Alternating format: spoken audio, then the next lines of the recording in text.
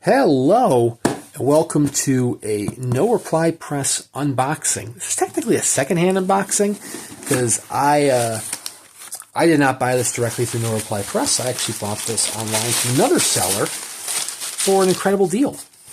This, my friends, is the Telltale Heart and the Cask of Amontillado. Both by Edgar Allan Poe. Cask of Amontillado was done a couple years back. It was the second of the Poe titles that they had published, they being Griffin Gonzalez and No Reply Press. I hadn't bought this previously, but he had them both packaged together, and it was a really good deal. 2021 is when he did Cask of Amontillado, so you may have seen this online from the past few years, perhaps, or maybe you haven't. Nice little acrylic case there, a letterpress printed wine label. Kind of detailing it out, the Amontillado wine. I like this. This is very nice. Reminds me of the paper that was used on, also matches the paper it was shipped on, but it reminds me of the paper used for the boards of 1984 from Suntup. You can see the actual printing on the back of the boards there for the paste. That is incredible. Cask of Amontillado, of course, being the classic tale of revenge, and one of the many tales by Edgar Allan Poe which features somebody or something being buried. Illustrations by Harry Clarke. I believe I read online that Harry Clarke normally did or started off doing stained glass artwork, which is just fascinating. Anyways, letterpress printed by Griffin Gonzalez. I actually have a couple other unboxings on the channel showcasing various... What is this? Is that just the fold from the signatures, kind of binding it to the boards? I'm not sure. Anyways, Griffin Gonzalez has done an exceptional job with his letterpress printing and his fine press skills.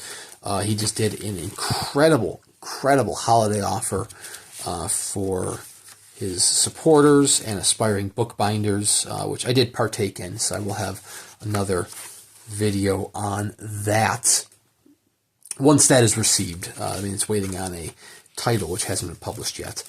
So anyways, this was actually printed, I believe he's doing his printing now in-house, but this one was actually printed by Phil Bell over at Hand and Eye Letterpress over in the UK. How about that? The illustrations by Harry Clarke are from 1919. This is the 16th edition from No Reply Press. It was set in Perpetua, printed letterpress on Zircal button paper. It was hand-bound in Oregon in a limited edition of 400. This is number 68. Incredible. The very first one that they did, they being Griffin, was The Mask of the Red Death. And I believe I have an unbound copy of that from No Reply Press. I believe I bought that in last year's holiday sale. He had found some unbound copies at a discount. I picked it up with the intention of one day I will either bind it myself, or more likely I will, find someone with a knack for bookbinding and have them bind it for me. But anyways, what's more likely is it's going to sit with my little collection of unbound things. I've got a couple unbound items. I've got a couple unbound galleys from Centipede Press. Anyways, here is the Telltale Heart, the third title. This one was just done by Griffin, with an optional slipcase, which of course this person I bought it from did have the optional slipcase, so that is incredible. Now this one, so that one reminded me of 1984. This one, at least these corners here, remind me of The Auctioneer from Suntup, the numbered edition, because I believe that had kind of a papery, I don't want to say recycled paper, because that's probably not right, but that's almost what I feel like with that.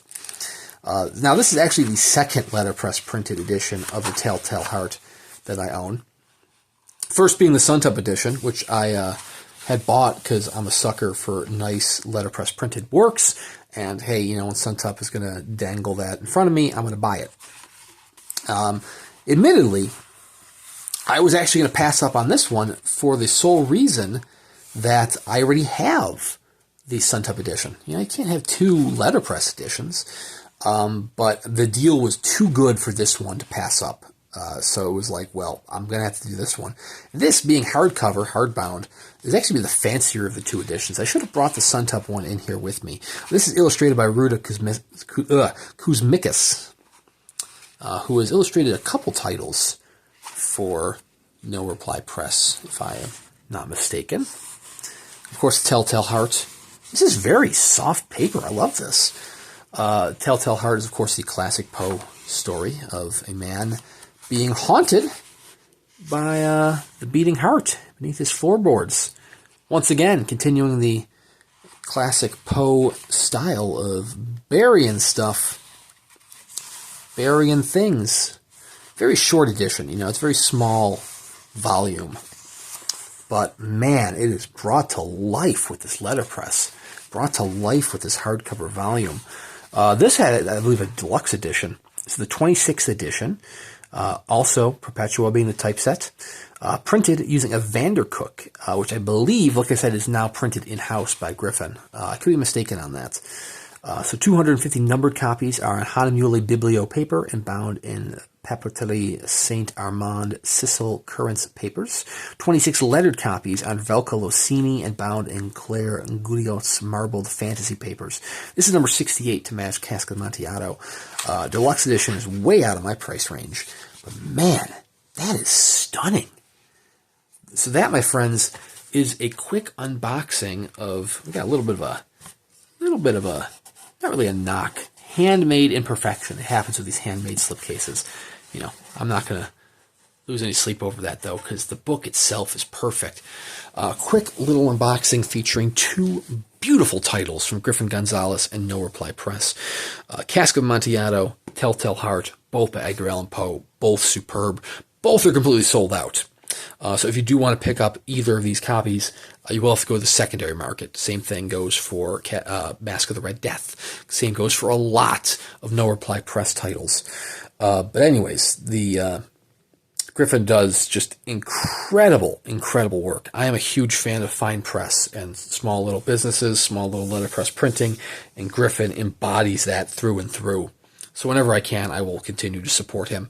I mean, unfortunately, with the other small presses that I do support, my wallet hurts, so I can't always support Griffin, but I can when I try to do it when I can.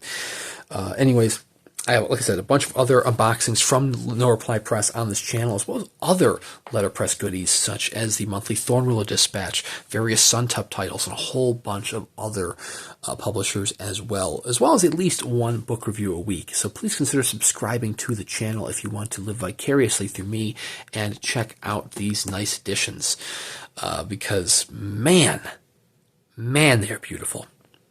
So anyways, thank you very much for watching. Please check out No Reply Press, and we'll see you around next time.